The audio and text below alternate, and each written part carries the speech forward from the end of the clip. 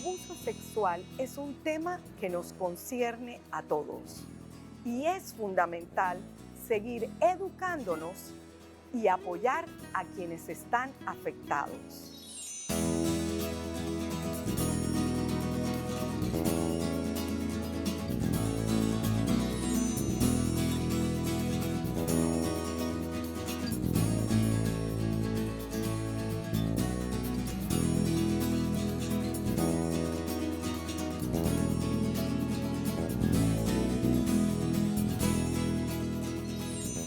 Hola a todos nuestros amigos de Transformándonos. Soy Giselle de la Hoz y hoy nos acompaña la psicóloga Aizaida Batista.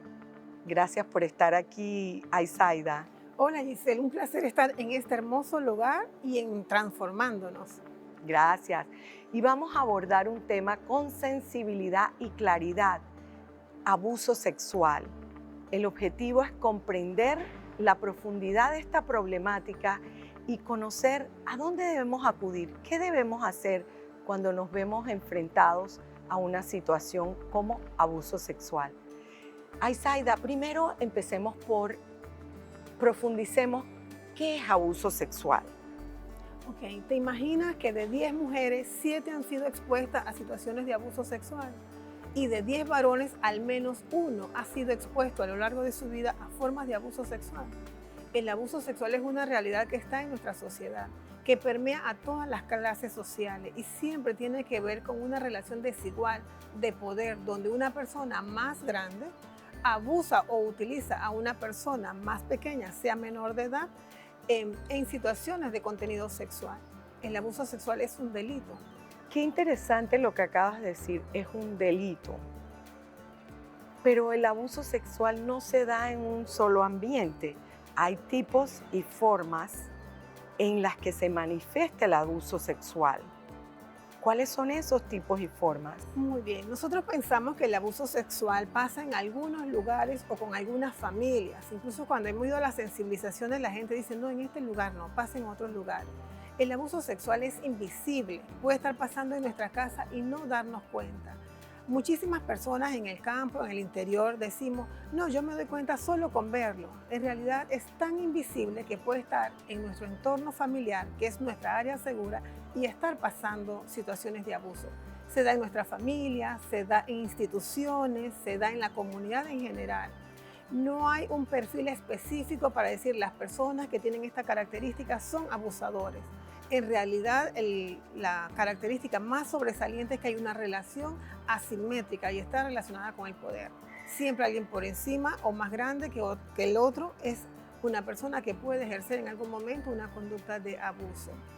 Se da también en personas que incluyen discapacidad. Es un tema que casi no vemos y estoy haciendo una investigación en ese sentido. El abuso sexual y la discapacidad y las dificultades que tenemos, uno, para comprender lo que está pasando y dos, para poder evaluar la situación de abuso, salvo en los casos extremos. Entonces, hay lugares, no hay un perfil, no hay un lugar específico tampoco y hay un círculo cero cercano al niño o a la niña. Es decir, pasa con las personas más cercanas, con las que la niña o el niño tiene un contacto, tiene un vínculo. Allí se da la condición de abuso sexual.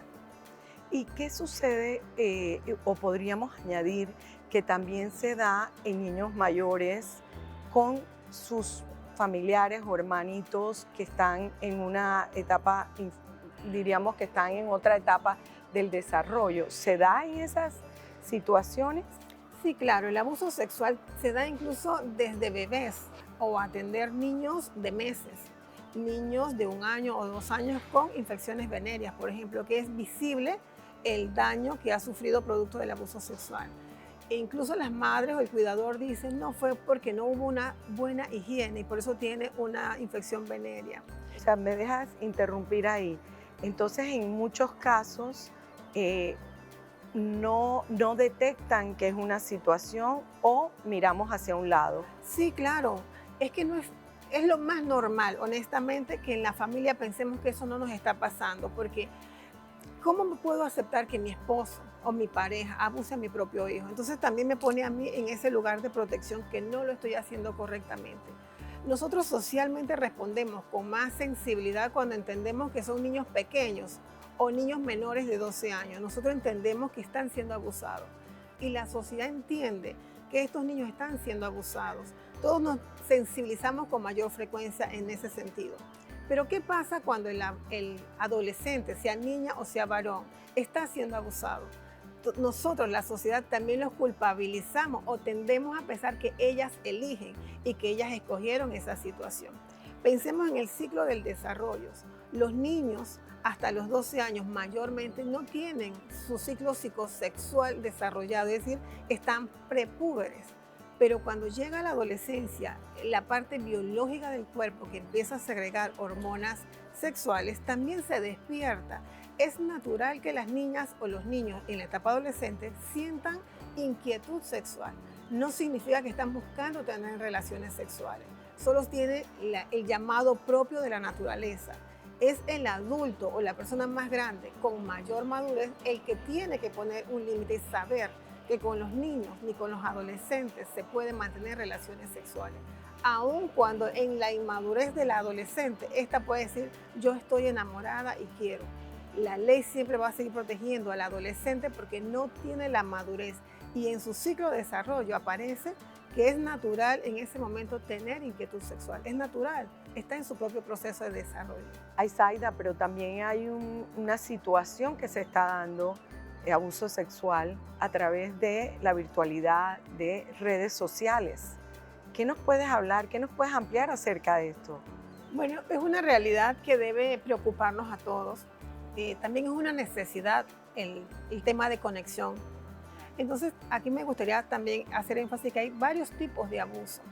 Tipos de contacto físico, tipos sin contacto físico. Y dentro del tipo sin contacto físico entra el tema de la pornografía, por ejemplo. El tema de las conversaciones eróticas que puedan tener los niños o las adolescentes con personas incluso desconocidas.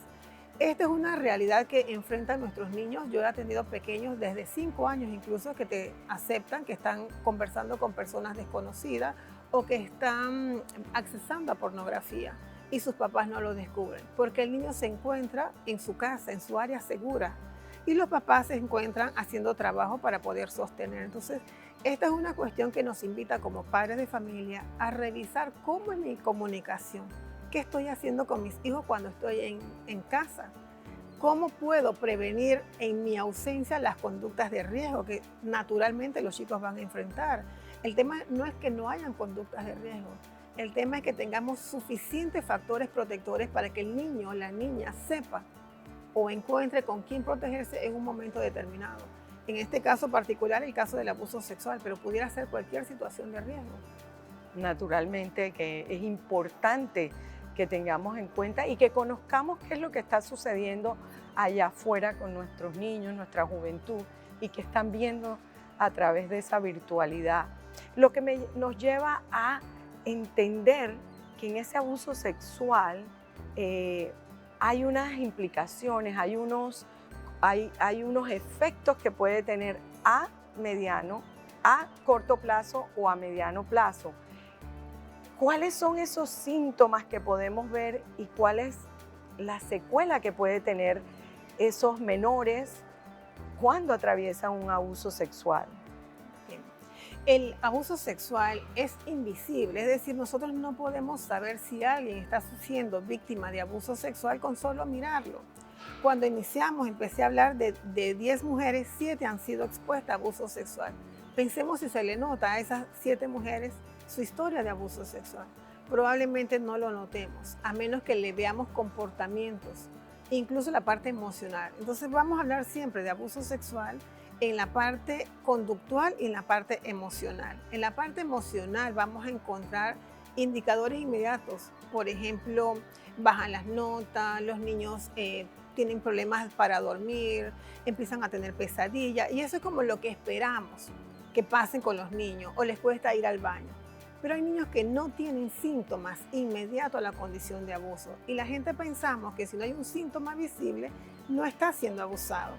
Incluso hay niños que son evaluados a nivel forense y su cuerpo no refleja una evidencia, incluso puede que aparezca imen intacto, que a la gente le parece que una vez que aparece, valga la redundancia de las palabras, esta frase es que no le ha pasado nada. Yo a los niños les digo, puede ser que tu cuerpo es tan sano que se vuelve a compactar, pero esa no es la herida que queda. La herida que queda es emocional. Es no sirvo para nada, no valgo, estoy sucia, estoy manchada, no soy buena. Eso le vamos poniendo capas en la memoria y la vamos como guardando hasta que llegue un momento donde tengo que relacionarme con otras personas y presento dificultades. Ya como adulto tendré dificultades para mantener relaciones sanas, para manejar mi sexualidad de manera responsable, puedo ser promiscuo, puedo cambiar de pareja y no encontrar, porque al final lo vamos a devolver a ese momento donde fue violentada su sexualidad y aprendió erróneamente a manejarla de la manera que el abuso le enseñó, que pudo ser impactante porque lidiar con el hecho de que un familiar cercano, sea tu hermano, tu abuelo, tu tío, tu primo o cualquier otra persona cercana a ti, invada tu espacio personal. Generalmente con la culpa que uno va cargando a lo largo de la vida, podemos llegar o pueden llegar a sentir deseos de morir, ideación suicida. Los chicos tienen muchas conductas de cortarse, de un dolor emocional que no saben expresar, que terminan expresando con conductas. Los factores de riesgo que empiezan a asociarse en la adolescencia pudiera ser consumo de drogas, pudiera ser promiscuidad o hiperactividad sexual. Los chicos también empiezan a tener algunos indicadores más tempranos como, yo voy a decir, tocamiento. Los niños empiezan a explorarse a sí mismos relacionado con las experiencias que estuvo viviendo anteriormente. Entonces, las secuelas pueden ser visibles. Es más fácil para las personas ver una niña embarazada y decir, es que ella quiso, a pensar, esa niña ha estado siendo abusada y probablemente la expresión más grande del abuso es un embarazo. Sin embargo, no estamos listos para decir, ha sido abusada, porque tendríamos que mirar quién fue. Y cuando decimos quién fue, puede ser cualquiera de mi propio sistema familiar. Entonces nos cuesta reconocer que alguien en mi casa pudo estar tocando. Ahora, aquí la experiencia en el trabajo con víctimas de abuso sexual nos lleva a concretizar que si un niño o una niña está siendo abusada en un sistema familiar, debemos revisar, porque en su árbol genealógico, es decir, en la historia de la familia, alguien ya ha vivido abuso sexual y lo hemos normalizado. Puede ser la hermana, puede ser la tía, incluso puede ser en el nivel de la abuela. Alguien en la familia ha vivido abuso sexual y lo normalizamos. Y por eso callamos muchísimas veces, porque entendemos que nos bañamos y con el tiempo todo queda normal, como estaba antes. Me quedo extasiada escuchándote de todo lo que nos brindas, pero vámonos a una pausa y regresamos con aquellos recursos que necesitamos darle al individuo, a la familia e inclusive a las comunidades, porque muchas veces nos quedamos señalando, juzgando, pero ese no es el camino. Necesitamos ayudarnos, necesitamos proteger a nuestros niños, adolescentes y a nuestras familias.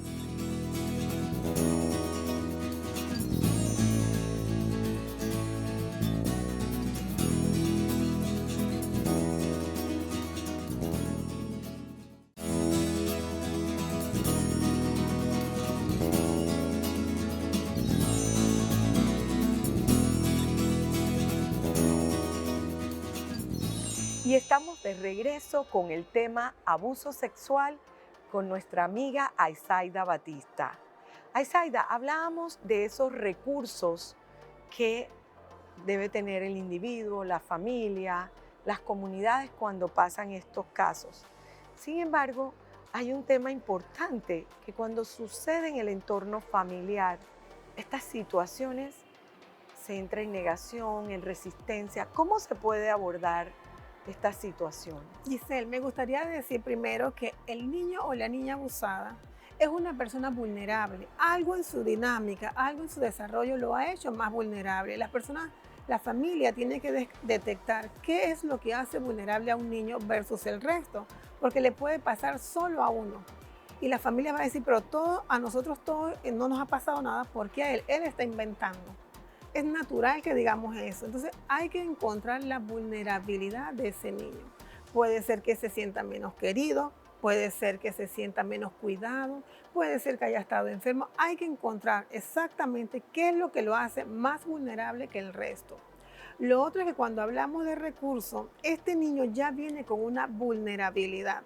Es decir, él probablemente se va a sentir responsable o culpable de las situaciones que están pasando. Él naturalmente va a tender a sentir, es mi culpa y debo decir la verdad. Es decir, debo cuidar a mi familia, a mi hermano, a mi tío, a mi abuelo. Porque como yo no soy tan buena, no me lo van a creer. Entonces, vamos descubriendo que este niño probablemente, si no se lo hemos enseñado, no tendrá muchos recursos.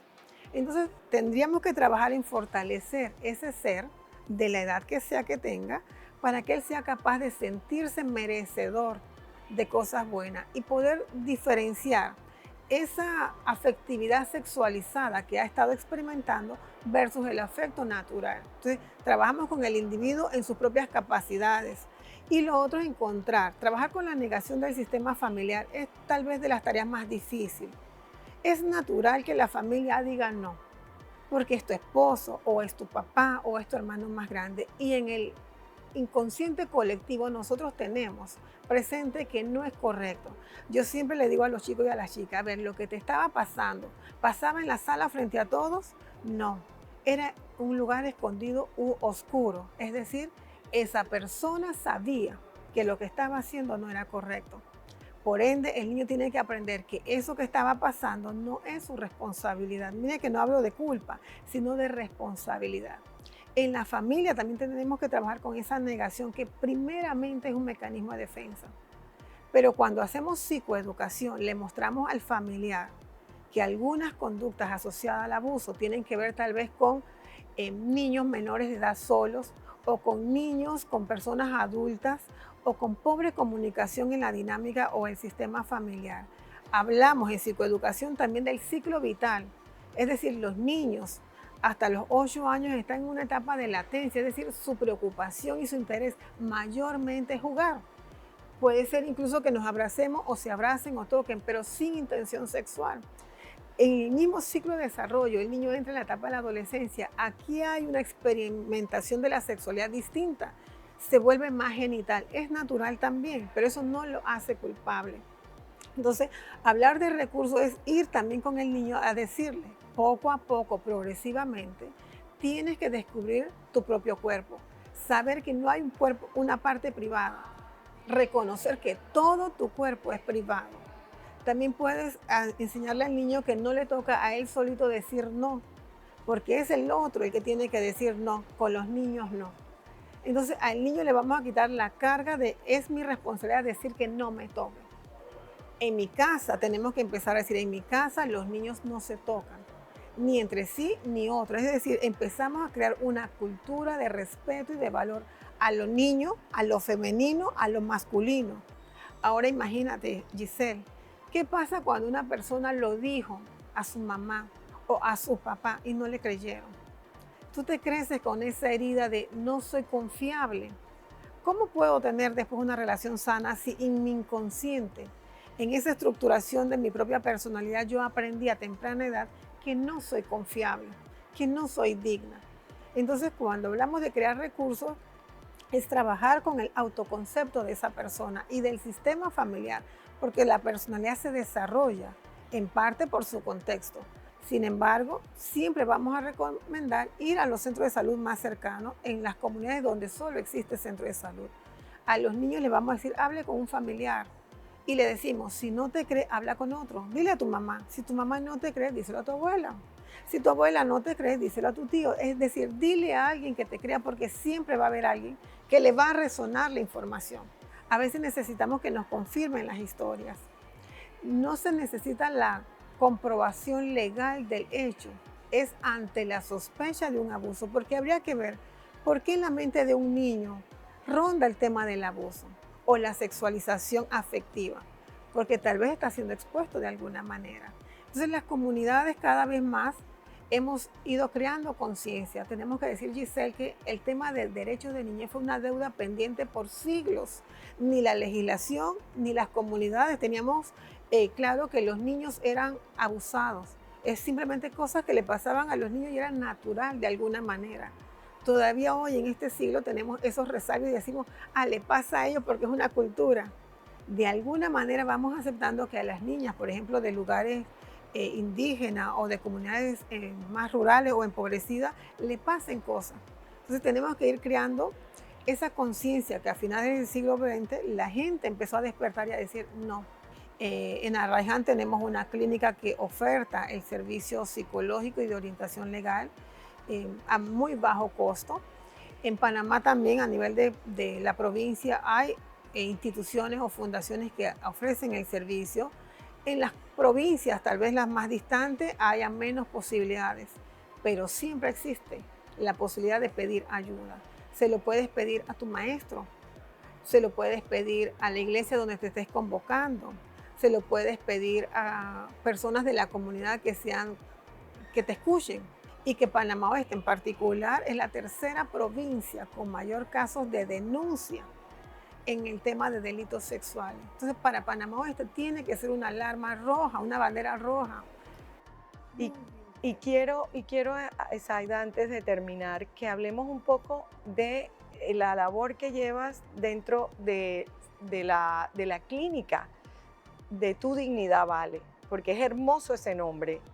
Esa dignidad, porque cuando tenemos un abuso sexual sentimos que nuestra dignidad ha sido no respetada y que tanto debemos luchar porque esa es la esencia de nuestra existencia. Mire qué hermoso, porque cuando hablamos de Tu Dignidad Vale como clínica, esta clínica surge en el 2006, es decir, ya está siendo mayorcita de edad y hemos impactado a más de 700 víctimas en procesos terapéuticos.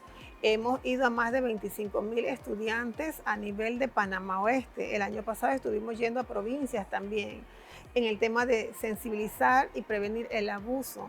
¿Cómo lo prevenimos? Con información, con hablarle con claridad a los niños que su dignidad no tiene precio y que ellos también pueden aportar en ese autocuidado. Es ir haciéndolos corresponsables de su propio cuidado acorde a la maduración que tiene cada niño, porque sí pueden, claro que sí. Y lo otro, bueno, en la clínica Tu Dignidad Vale hemos atendido niños de 1 año, es la población más bajita que hemos tenido en pacientes, 1 año hasta 17 años con 11 meses. Hemos atendido niñas, hemos atendido niños, hemos atendido adolescentes. La población masculina es otro tema que tenemos pendiente como sociedad. ¿Por qué? Porque culturalmente le enseñamos a los varones que los hombres no lloran, que los hombres son conquistadores. Y esas conductas lo que hacen es camuflar de alguna manera situaciones relacionadas con abuso sexual. Y en el otro sabemos que el abuso sexual sí deja secuelas, que son algunas veces difíciles de sanar, a algunos les lleva más tiempo. Hay experiencias de abusos totalmente traumáticas o dolorosas o exageradamente violentas. Trabajamos con la recuperación a nivel de tratamiento y trabajamos con la prevención. Tu Dignidad Vale no tiene distinción. Hemos atendido personas con recursos económicos, personas sin recursos económicos. No tenemos distinción en preferencias o ideologías políticas o ideologías religiosas. Puede accesar cualquier persona. La única condición es que tenga una historia o sospecha de abuso sexual. Ahora bien, no basta solo la ayuda psicológica, porque queda el pendiente de nadie me creyó y lo otro es la justicia. Entonces, paralelamente en la clínica Tu Dignidad Vale se atiende la parte psicológica y un asesor legal les orienta en el tema de la denuncia. Pero lo que buscamos es, más allá de la condena, porque los niños dicen, yo no quiero que metan preso a mi papá, yo no quiero que mi abuelo esté preso, y lo podemos entender. Pero más allá de esa condena, nosotros queremos sanar la parte emocional, la parte humana de ese ser humano que ha sido lastimado. ¿Por qué? Porque él tiene derecho a un proyecto de vida sano, donde pueda tener relaciones sanas, familia sana, hijos más sanos. Y es la forma de romper ese ciclo de violencia sexual. Gracias, Zaida, por esta información tan valiosa. Seguimos aprendiendo y nos vemos en una próxima edición aquí en Transformándonos. Soy Giselle de la Hoz.